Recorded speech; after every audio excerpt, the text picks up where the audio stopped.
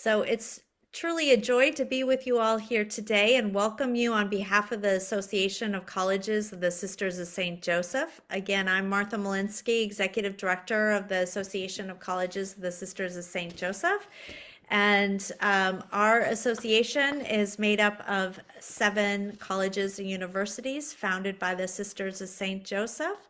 And it's great to see representation from so many of our campuses here today. Across our colleges and universities, we often speak about mission as something we steward, something we inherit, something that we are called to reimagine to the needs of our time. But the Sisters of St. Joseph, I believe, have always understood mission not as a static inheritance, but as a living relational commitment to unity, to justice, to the dear neighbor, and to the dear neighbor without distinction. Today's session, Rooted in Mission, Inclusive Excellence, invites us into a deeper exploration of how charism continues to take shape in higher education at our colleges and universities, and specifically at Mount St. Mary's University, particularly as we build institutions that are deeply rooted in being Catholic institutions and being inclusive. Mount St. Mary's University in Los Angeles offers a compelling example of this work. The Mount has long understood inclusive excellence not as an add-on or an initiative of the moment, but a deep expression of mission and who they are. One grounded in relationship, hospitality, and a commitment to educating the whole person for leadership and service. And today I'm fortunate that 2 of my colleagues and national leaders who are helping to carry this legacy forward in thoughtful, courageous, and strategic ways are joining us today. First, Shannon Green, Senior Director of the CSJ Institute at Mount St. Mary's University. Shannon brings a deep formational experience, theological grounding, and a profound understanding of the Sisters of St. Joseph's charism. Throughout her leadership, the CSJ Institute serves as a living bridge between the founding spirit of the sisters and the daily life of the university, ensuring that the mission is practiced and embodied across campus. And joining us too is Dr. Krishauna Hines-Gaither, Vice President for Strategic Initiatives and Partnerships. Krishauna is a nationally recognized leader in equity-centered strategy, institutional change, and partnership building. And at the Mount, she plays a pivotal role in aligning inclusive excellence with institutional mission, strategy, and engagement, demonstrating how values-driven leadership can shape policies and structure and culture. And together, Shannon and Krishauna will share about how Mount St. Mary's understands inclusive excellence today with us. We are so grateful for you joining us. Thank you, Shannon and Krishauna. And I'll welcome them to introduce themselves and get us started. Thank you again for being here. Thank you, Martha. Thank you so much. Good afternoon, everyone. We're so grateful that you could all take the time to join us today. We would love to know who's here. Feel free to put your name in the chat, your institution, and who is your founding community, your founding group of sisters. If you are part of an institution with a founding order, we'd love to know that. So please go ahead and put that in the chat for us. I will begin our presentation. I'm Shannon Green, and I will start with some slides and some background and then hand it over to my colleague, Dr. Krishauna Hines-Gaither. And we will have time for engagement and question and answer along the way. So please, at any time, put your questions in the chat and we will get to those. So last January, after a number of executive orders, many of our institutions paused to reflect and to discern how we talk about our values and our work of inclusion in the current climate.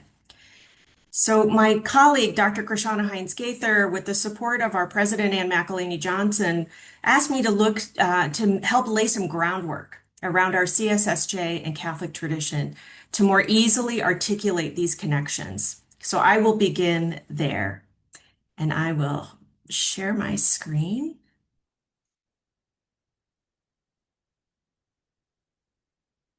Okay, looks like that worked. Thank you, Martha, for such a beautiful description of our work here at the CSJ Institute at Mount St. Mary's, established 10 years ago to uphold and advance the mission of our founders, the Sisters of St. Joseph of Carondelet, to serve all persons without distinction, to respond to the needs of the times, and to prepare fearless visionaries for a just future, living out our institutional pillar of the spirit of the founders. And at the Mount, when we speak of our foundations, our mission, we always go back to the start of the story, to Le Puy, France, 375 years ago.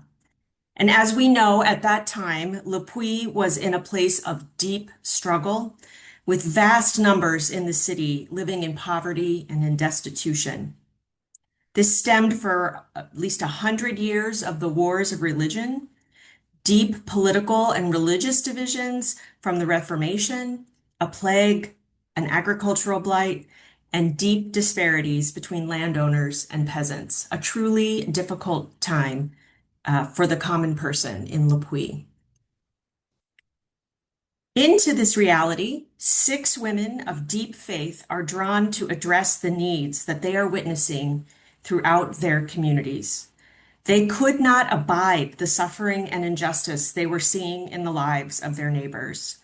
They are brought together by Jean-Pierre Médaille, a Jesuit priest, who heard of their desire to serve. But they had to find a way to do this work without drawing attention to themselves, something I think many of us have to continue to reflect upon today. We know women religious did not serve in this way in these times, on the streets with the people. So they developed a sort of method of serving, which endures for us today. They are on the city streets. They divide the city. They go out in different directions, in pairs with each other to make the work relational and manageable. They encounter their neighbors, asking them, "What do you need? How can we be with you?" They are carrying in this image the various ways, the items that represent their various responses: food, clothing, medicine, their very presence. They are accompanied by Father Jean-Pierre Médaille, and they wear this distinctive dress, not only so they can blend in and be accessible to the people whom they encounter, but so that they can fly under the radar and continue their work without distraction. And of course, we remember the names of these 6 women, our forebears. After they become an officially recognized women's religious community, Jean-Pierre Médaille continues to support them from afar, often.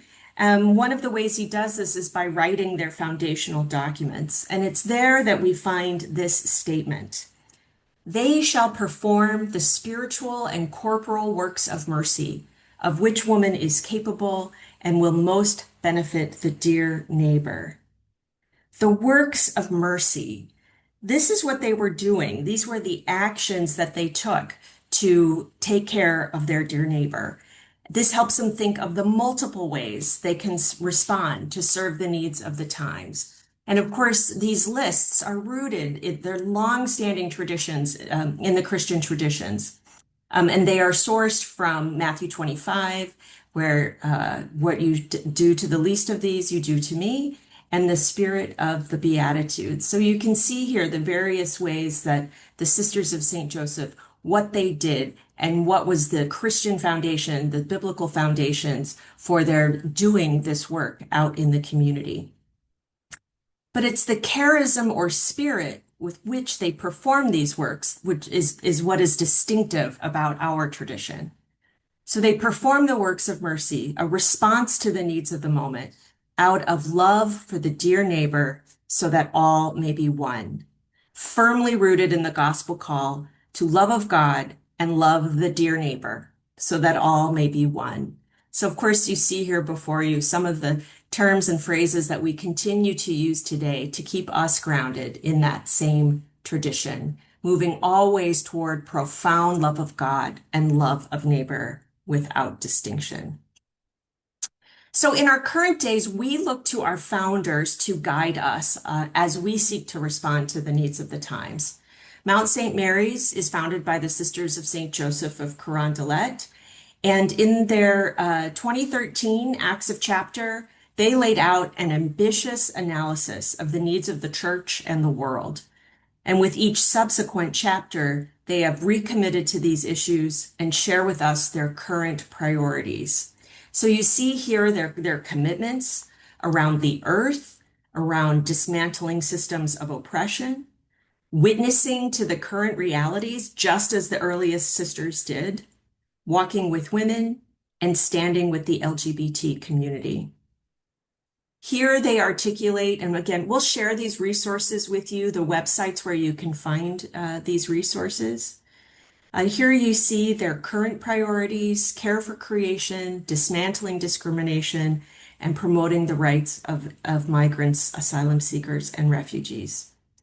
The needs are many, but they give us this admonition that I think is particularly helpful in these times. Go deeper, journey farther, respond boldly, dare to be prophetic, keeping us grounded in our current priorities. Also, in these times, we're very fortunate to have the kind of support from Rome to address these similar kinds of needs in our times. One example you see here, you're probably familiar with Father Jim Martin and his outreach ministries. He is a Jesuit priest who is working to move the church to greater pastoral love and care for the LGBT community. He offered this framework, and this framework has received the support of both Pope Francis and Pope Leo. It's very CSSJ resonant. Acknowledge, listen, welcome, include, and advocate. And as I said, both popes have encouraged Father Jim Martin to continue on his journey to move the church and the world into this direction. And I think this would not be possible without our dear Pope Francis, who really laid the foundations for the current spirit in which Rome, in which we experience our leaders. And he famously said at World Youth Day about the church, there is room for all. Todos, todos, todos. I have a new t-shirt that says that. It's a wonderful motto to live by. Our current Pope, Pope Leo, is also continuing to encourage us to meet the needs of the times as an act of our Christian faith. He recently put out a document, Dilexite, which is called On Love for the Poor. This newest social teaching document was begun by Pope Francis, and Pope Leo completed it. It's a wonderful addition to our Catholic social teachings, and it is beautifully resonant with our own CSSJ call to love God and neighbor without distinction. I do want to make a note about the use of the term the poor. It may sound a little strange to our modern ear, but in this context, the poor collectively refers to any person or persons who are deprived of anything required for a life of dignity and therefore living on the margins of society. So included in this document are the various experiences of poverty throughout the world, including migrants and refugees, those without material goods, victims of oppression, racial discrimination, lack of education, access to health care, etc. So this document reaffirms not only charity, but emphasizes the centrality of the option for the poor, meaning our actions and decisions must prioritize the needs of these various communities. Our love for the poor means changing the conditions that perpetuate these various experiences. I wanted to highlight a couple of paragraphs that seemed particularly resonant to me with our CSSJ heritage. I encourage you to look at this document. It's a comprehensive overview of the many ways that we can live out our mandate to love God and love neighbor. These emphases are mine, but it says right in paragraph 26 that Jesus teaches the primacy of love for God, and the teaching extends to one cannot love God without extending one's love to the poor, and goes on to say these two loves are distinct yet inseparable. And the Lord himself teaches that every act of love for one's neighbor is in some way a reflection of divine charity, that is, divine love. For this reason, the works of mercy, again, our foundations from the Sisters of St. Joseph, of loving the neighbor, are recommended as a sign of the authenticity of worship. So we give praise to God when we do these acts of mercy, these works of mercy. And this forms us, it shapes us through our relationship with God and frees us from the risk of living our relationships according to a logic of calculation and self-interest. I find that to be a very powerful statement from Pope Leo, our Pope in muddy boots, as he is depicted there. So this brings us back to, I just want to say one more thing about that. Towards the end of that document, he also uses the document to reflect on the universal destination of earthly goods, and that real love means securing the common good for all of our neighbors. And I think there's so much that can be found there to help us in our call to work for justice, starting in our own educational institutions.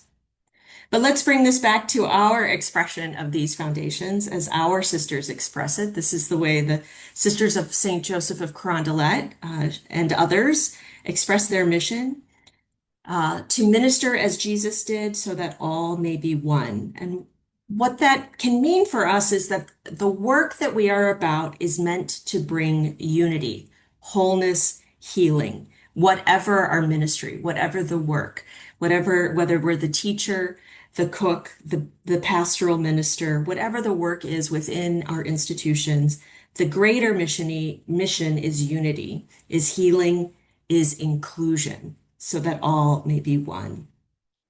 So thank you very much. I'd like to stop there and we'll take a pause and I'll turn it over to my colleague, Krishauna.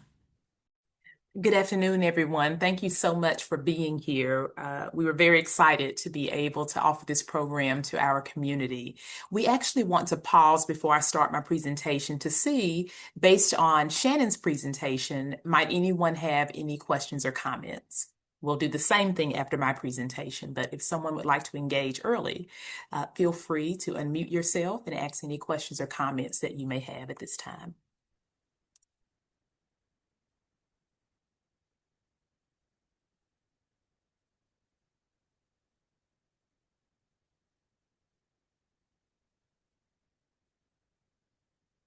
Okay, so I will continue. Shannon set us up beautifully in talking about the foundations of our faith, the foundational documents that we lean to, and the foundational practices. And so I want to build upon those practices by speaking about how we are living this work out as an institution at Mount St. Mary's University.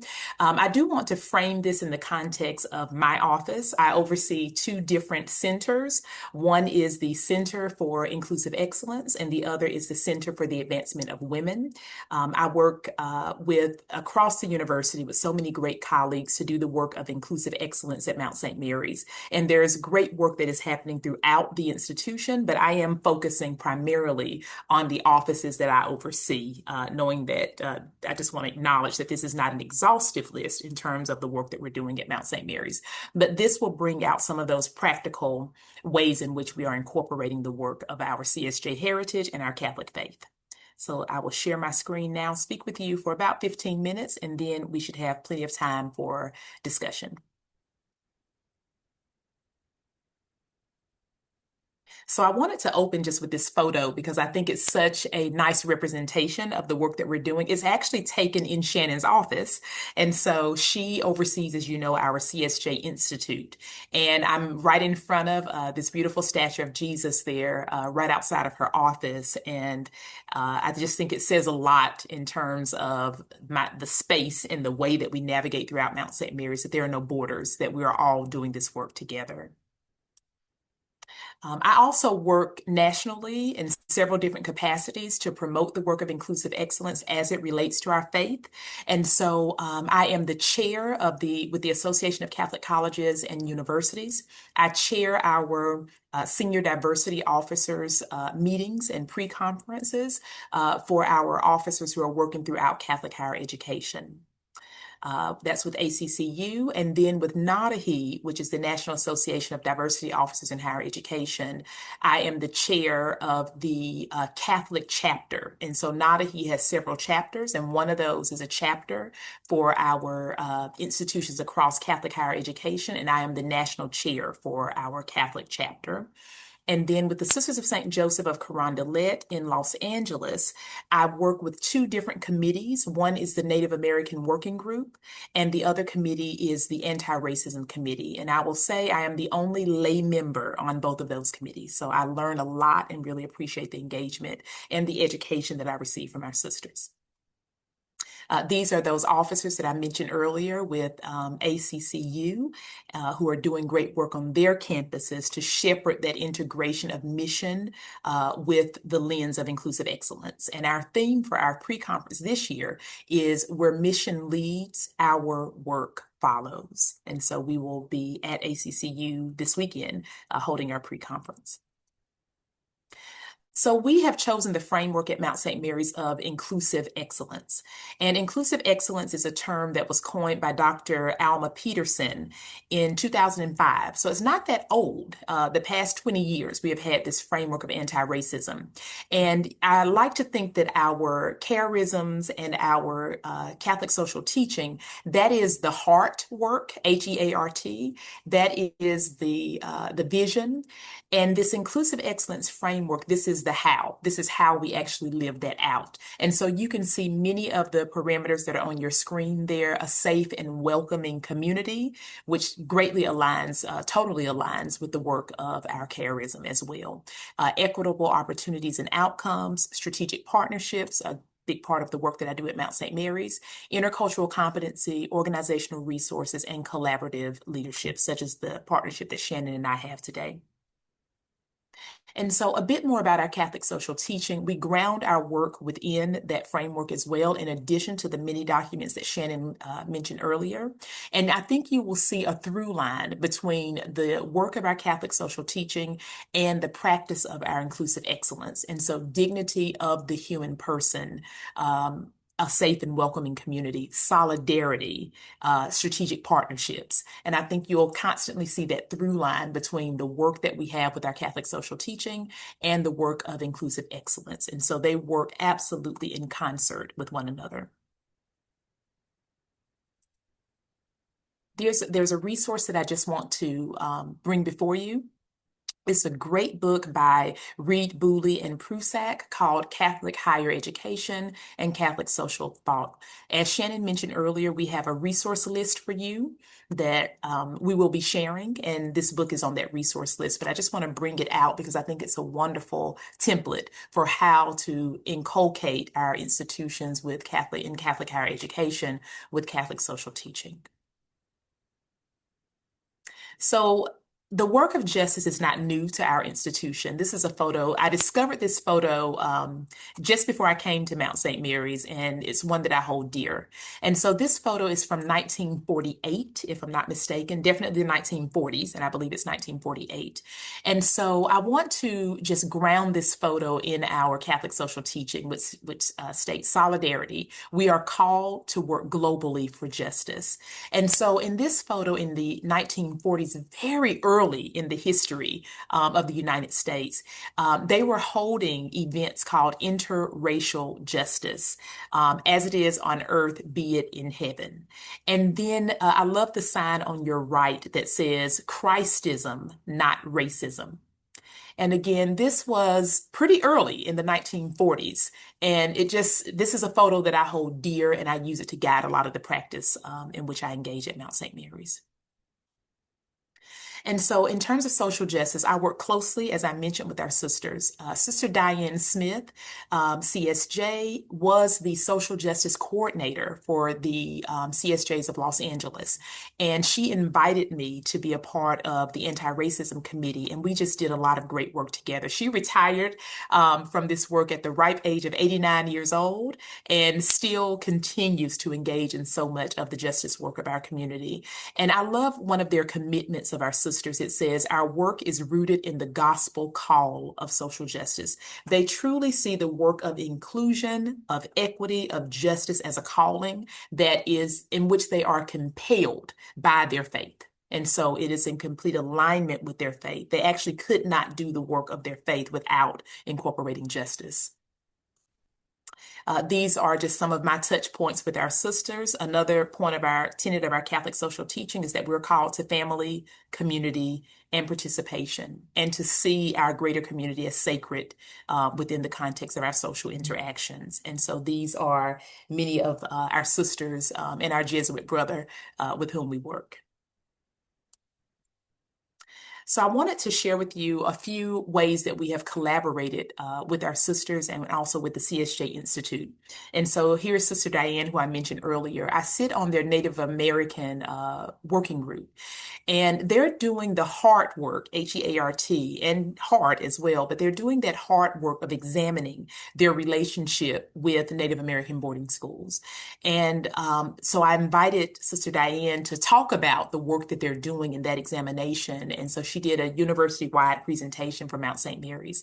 Shannon and I collaborated a couple of years ago to invite Dr. Shannon Williams related to her book on Black Catholic nuns. And she did a book talk and presentation here at Mount St. Mary's. And so our collaborations didn't come as a result of the executive orders. We've been doing this for quite some time, but I would say we are definitely being more intentional about that work. I bring out one of my sisters that truly has poured into my life, Sister Angela Faustina, and she works with the Anti-Racism Committee of the Archdiocese of Los Angeles. And recently, they created a framework for anti-racism. This was important because at Mount St. Mary's, we have made a commitment to become an anti-racist university within our strategic plan. And I have used this framework from the Archdiocese, as well as the U.S. Federation of Sisters of St. Joseph also have an anti-racism call, which I use within my work here at Mount St. Mary's. And so their framework for the Archdiocese is that all may be one. You heard Shannon mention that book earlier, and anti-racism for parishes and for schools. And just to mention, we just had a beautiful program at Mount St. Mary's where we invited Sister Faustina and other members of the Mount community to participate in a program that we called our Ancestors Kitchen. This program was one in which, using the kitchen, as we know, is very symbolic in our CSJ heritage. We use the kitchen as a metaphor for the members of our community across the institution to speak about the justice legacies that they have received from their ancestors. Standing room only, such a beautiful program. And we're going to repeat that because it was such a popular program. We actually had a waiting list for it. So we will repeat that program in the fall. And I mentioned earlier that the CSJs, the Federation, also has an anti-racism framework. And Shannon also mentioned this, so I won't go into detail here, but you can see some of the information here. I'll just read this first sentence. As a Federation of Sisters of St. Joseph, we vow to turn our words into precise actions, addressing the institutional racism that lives within our institutions and within ourselves. And so I mentioned that at Mount St. Mary's, we too have a call to anti-racism, just as our sisters do, and it's within our strategic plan. I created, along with our anti-racism committee, a framework for anti-racism, and you can see that framework here on your screen. I want to point out that we do this work on all of these different levels, but within this inner circle, go back one. The inner circle actually comes from our U.S. Federation. This is the way that they have actualized the work of anti-racism. And so if you look at their guidance, they have support, act, pray, listen, and learn. And so we incorporated their anti-racism framework into ours, and so that it is directly incorporated. We also feel we have to be educated in our work. And so we are a member of the Belong Consortium with ACU. And we have had so many members of our community to complete the micro-credential course. And it started with our cabinet. We said we want to be examples to our community that I don't care how educated you may be, if you consider yourself an expert in this work, there's always so much more to learn and grow. And therefore, as a cabinet, we decided that we would set the example for our community by taking a 2-month course, learning how to foster a community of belonging, against bias, against discrimination of all kind, and how to create an inclusive community. A 2-month class for cabinet members, that's not an easy lift. Even our president took this course as well. And then we continue that education through mini courses and through quarterly webinars. And you can see the number of participants there. We invite every community member at Mount St. Mary's to work towards anti-racism. So we have asked every department to consider how they can become anti-racist departments at Mount St. Mary's.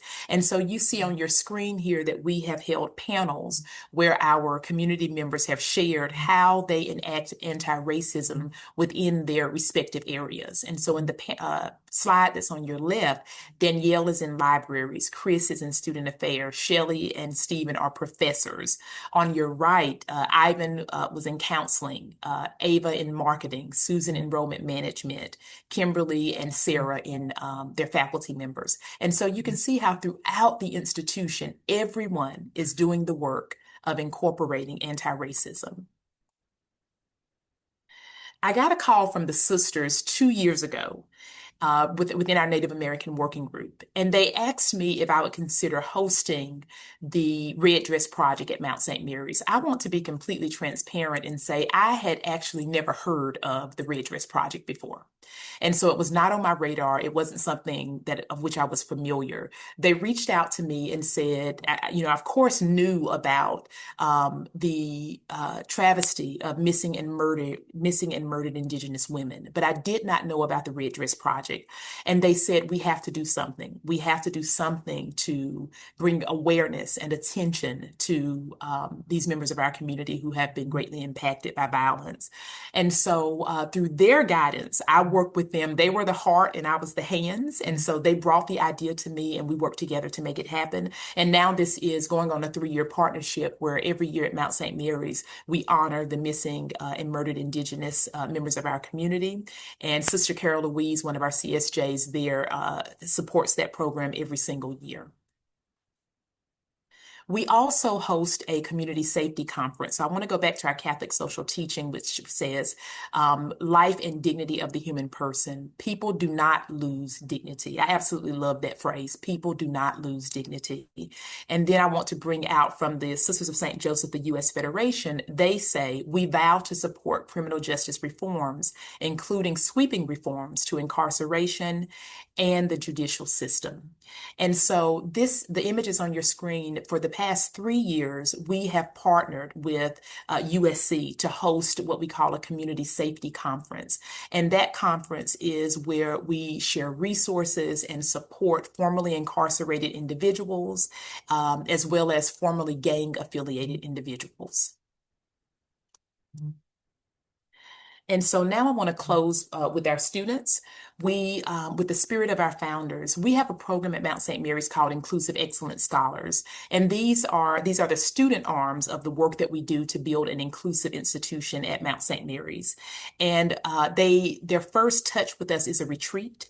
And one of the first meetings that they have is within the CSJ Institute with Shannon, and she educates them on the spirit of our founders. And we use that as a thread throughout the work that we do throughout the year.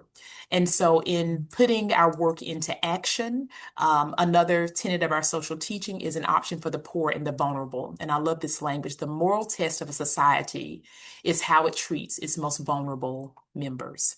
And so these are those Inclusive Excellence Scholars who went through training. They didn't just start service. They actually had to learn our Catholic social teaching, learn how to work with vulnerable populations with dignity and with esteem.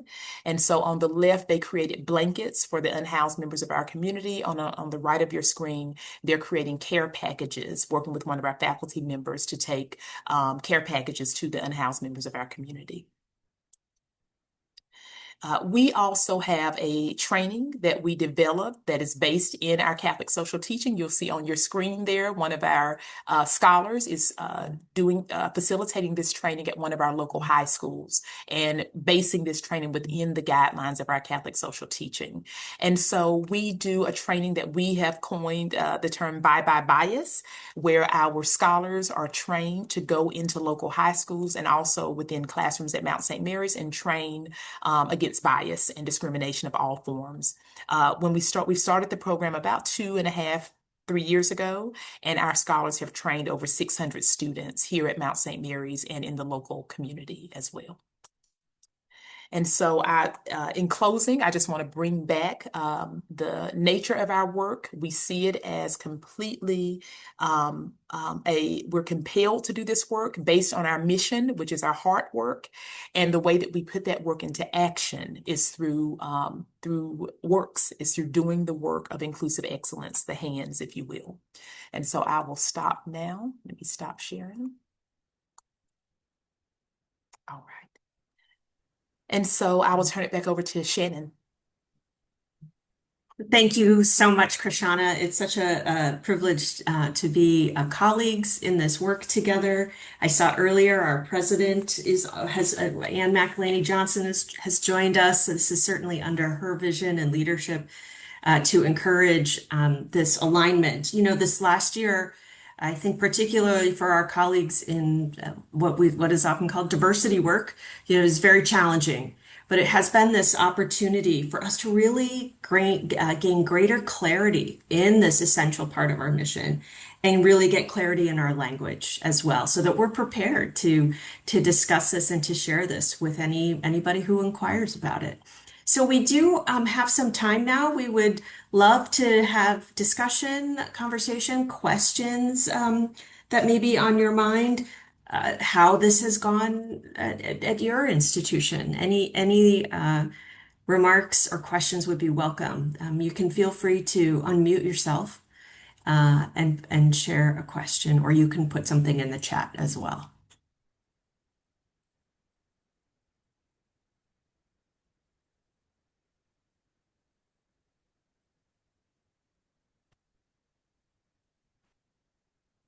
Sister Sean. Hi. I'm wondering if you have any recommendations, thoughts about assessment. You know, like how would you begin to assess the impact this is making on the institution?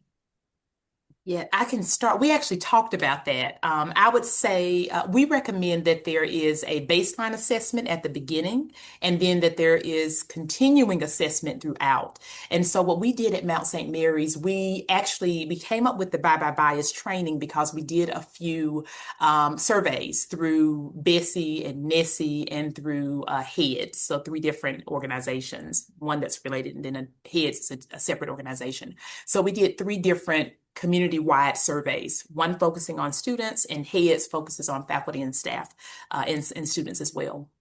We received the feedback from those surveys, which said that we had work to do in terms of implicit bias, microaggressions. And so we used the data from those surveys to be able to frame a lot of the programs that you saw and then a lot of the trainings that came out of that. So that was our baseline assessment. And then from there, we try to assess at most of the events that we do and most of the programs in which we operate to see, is the needle moving?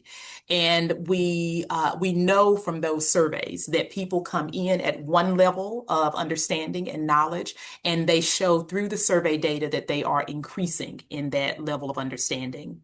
One observation could be, are you speaking to people, are people who are inclined to come to these programs, are people who are already have an affinity for justice work, for example? So I would say to that part of my response, we also have at Mount St. Mary's that anyone who is doing hiring, they have to go through anti-bias hiring. That was not a mandate. And so we offered that anyone who wanted to opt in to our anti-bias and hiring training, we offered that as optional. People who opted into the training, and many of them, their department chairs may have given them a strong encouragement to come, but they opted in. And after going through that training, they said everyone at Mount St. Mary's needs to have this training. And then it became a requirement from in working with our human resources department. But I think that's an example of how something was not a mandate. People opted in, and then through the benefit of it said, I wish I had had this and other people need to see it. So in sum, I would say a baseline assessment, we think is good to see where are you now, and then to continuously assess to see how are you growing. Thank you. Other questions or comments?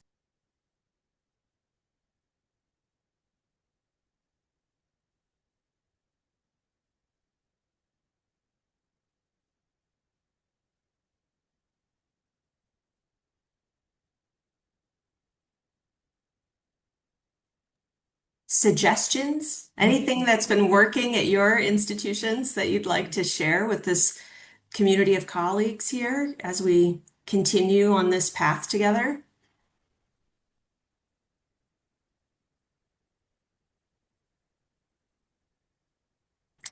Dan, please. Hi, everyone. Dan Leahy from Regis College in Boston. And I'm just wondering, it has been our experience to be able to lay a solid foundation enables us to speak to the needs of the times and the signs of the times. And given what's going on in our country today, Minneapolis this weekend and all over the place, just wondering how you have or how others have really, or what you have done to address what's going on in our world, in our country, based on the mission and our identities of our schools. Yeah, thank you for that. And we do not mean to, by any stretch to not acknowledge, what is happening around our country. Certainly, you see that in the priorities of our sisters, but we are living this in especially our brothers and sisters in the Twin Cities are living this in stark reality. I'll just say what has happened, at least as a start here at the Mount, is I believe at the request of our president, our political science department held a teach-in. It was kind of rooted in one of their classes in the pre-law program. It was a good sort of building block, and then SGA, our student government, extended the invitation. We're co-sponsors of that. And then I was invited to that process as well. So it started out with an introduction from our pre-law faculty about the legal kind of issues that are at play.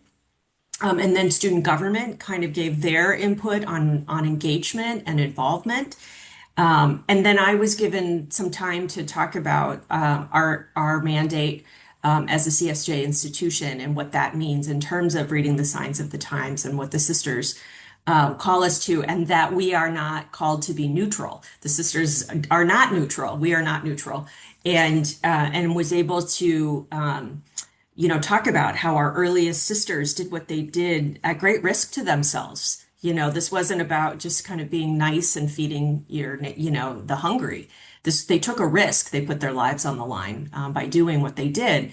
And so not to downplay the risks that many of our activists and, brothers and sisters, siblings are taking. And then really created a space for our students, two of whom in that room were from Minneapolis, to share. And of course, here in Los Angeles, many of our families, our communities around the greater Los Angeles area are directly impacted by what's happening. But we wanted to hear what was going to be helpful for them. What do they need? And it sounded like they want to know what actions they can take, whether those are political, whether those are organizing. We discussed nonviolence training, So trying to connect those opportunities, local faith-based, multi-faith organizations that are doing the work on the ground. So we're trying to help our students connect out to those resources that are already there and continue to support them in the multiple ways that this impacts them. So that was a start. I think it was a helpful start. And some of my colleagues are here. If anybody wants to add anything, please feel free. I would just add that I sit on the professional advisory committee of the LAPD, the Los Angeles Police Department, who is, not ICE, but some of the same fears that people may have. They certainly cross over. And so we've been doing a lot of work within our committee with LAPD to right set with training, with sensitivity, with de-escalation practices, working with LAPD. But in terms of Mount St. Mary's, I also wanted to add, we partnered with our mayor's office very early on when ICE had pretty much taken over Los Angeles. And so we partnered with our mayor's office, who brought legal counsel here and opened it up to any faculty, staff, students, and their families who wanted to attend so that they could get legal advice on a city level and understand what the city was doing. At Mount St. Mary's, we put out a lot of resources for our community members, and then had some close approximations with different situations that were happening within our city that were greatly impacting our immigrant community and others. And so we just felt we needed to care for each other. And we held a session where we said, anyone who wants to come, let's just link arms, discuss how you're feeling, how are you handling this? And we had some of my staff and also Christy de la Gandara, who's on the call, who have a lot of experience with intergroup dialogue. They actually led that session, and we received so much feedback that people needed that space of care.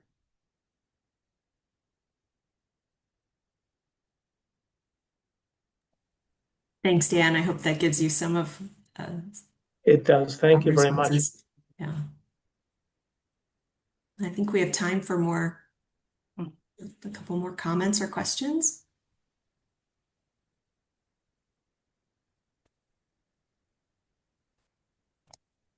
Hi. Yes. Oh, sorry.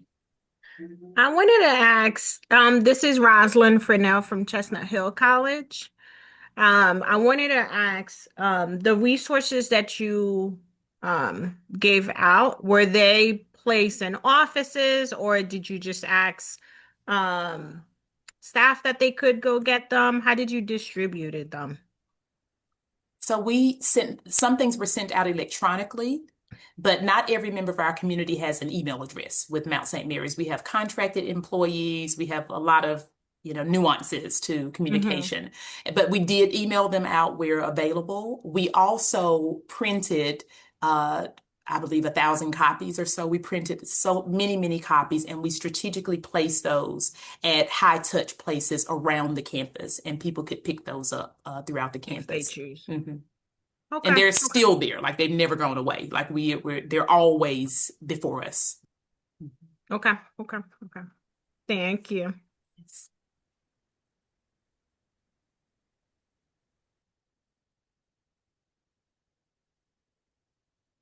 Other questions or comments?